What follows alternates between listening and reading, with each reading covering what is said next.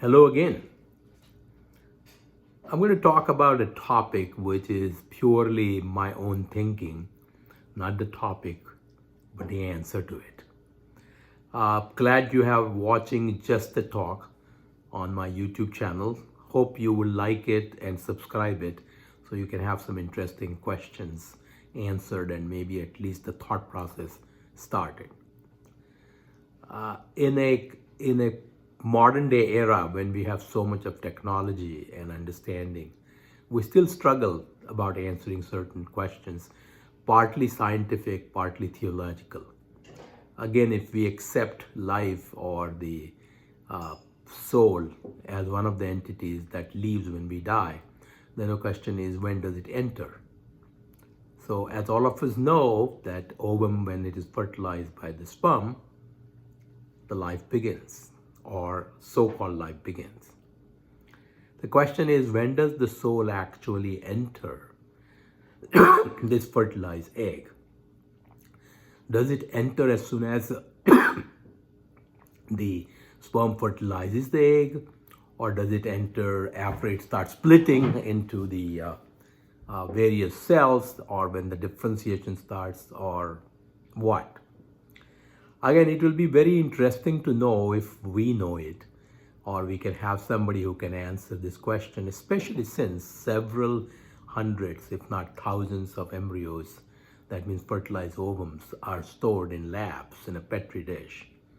And if they're frozen, so if the life enters, the souls are trapped there. And they may come to fruition in 1 day, 5 days, or 5 years, and or never at all.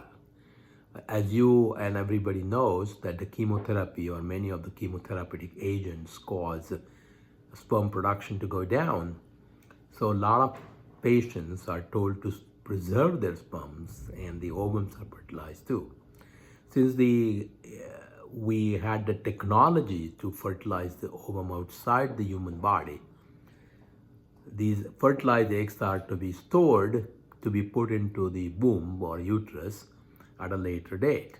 The question is, if an egg is fertilized outside the body, and for whatever reason, whether it is for future use or whether it is because the patient does not want a pregnancy at that particular time, or more than one egg is fertilized, and then these ovums are kept frozen in the lab, stored, do they have the life or the so-called soul?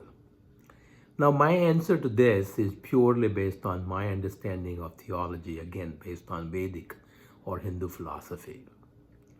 As I have said it before umpteen number of times, there are three bodies: the physical body, which all we can see, the flesh, the blood, the bone, the brain, liver, heart, everything.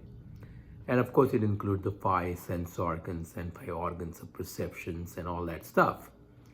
But then there is a subtle or sukshma sharir, which consists of mind and intellect and ego and emotions and what we also call as chaitanya.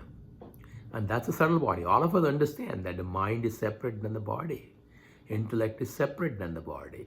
Ego is separate than the body. So this is the subtle or the sukshma sharir. And then on top of that, there is a causal body. That means something because of which causal body, we all exist, where our impressions of current lives are stored. When one dies, or to be specific, when a physical body dies, the physical body is left on this mortal earth, but the subtle and the causal bodies as a unit, along with whatever the reflection of the Lord is, Abhasa Chaitanya, as it is called in Vedic religion, leaves the body with the unit, and then it is in an astral plane. Because without the physical body, one cannot satisfy their needs, like or give and take, or fruition of karmas. To just give you an example, if I want to eat sweets, I can't enjoy it unless I have a physical body. If I want to listen to great music or play music or enjoy alcohol, drugs, I have to have a physical body. So without physical body, my desires, my lust, my attractions cannot be fulfilled. So I have to have a physical body. Secondly, if I have to uplift myself by helping somebody, everything that I do to help others or to bother others or cause problem is to the physical body 99% of the time. If I'm helping somebody who has fever, pneumonia, appendicitis, or if I am doing any help, hunger, thirst, diseases, only way I can do is by my physical body help. So without the physical body, I cannot repay any of the loans, any of the debt that I might have accumulated in my previous lives that must be repaid before I find myself free or nirvana or moksha, so-called moksha. So for that reason, I have to have a physical body. So I have to acquire a physical body, and that physical body only can be used for satisfying my desires and fulfilling my karmic fruits. So I must have a physical body. So in an indirect way, I can compare this to a modern day notice board where somebody puts on a notice board saying, I want to move my car from Orlando to Seattle. And then there are several people who would do the bidding saying, I'll do it for $800, I'll do it for $700, I can pick it up for Tuesday, I can do it for Thursday, whatever.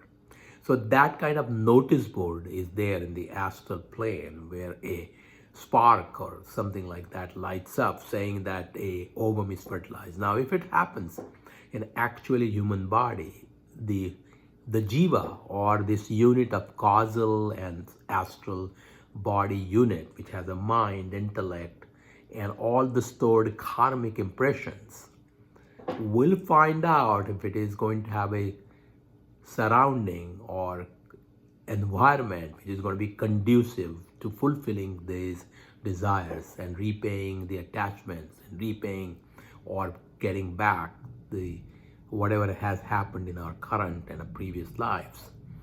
So then it can decide whether it is worth selecting his own parents or her own parents and come to enter the fertilized ovum. So the soul enters the fertilized ovum only when it knows what kind of surrounding it's going to have. And some people say there are 14 to 28 days that it can decide to get out of that particular fertilized ovum. A lot of women apparently have a miscarriage and don't even know all that happens is their period is prolonged. Instead of 4 weeks, it comes in 5, 6, 7 weeks. And that when this ovum is actually discarded because the soul does not feel comfortable continuing life in that one. So my theory or my answer to the question that I posed, when does a fertilized ovum has entry of the soul or jiva or this unit of astral causal body along with the abhasa chaitanya, is that when the environment is determined, then only it will enter. Now remember that consciousness pervades everything, or entire this thing is happening inside the consciousness. So in that way, consciousness pervades fertilized ovum anywhere, or even it is there in the ovum, it's in the sperm, it's in the embryo. However, once the ovum is fertilized, the consciousness is pervading, but it is not localized to that thing. Localized, ignorant reflection is the ego or the soul or the jiva. And that's when it decides, is only when it is implanted into a uterus where now the soul knows the environment.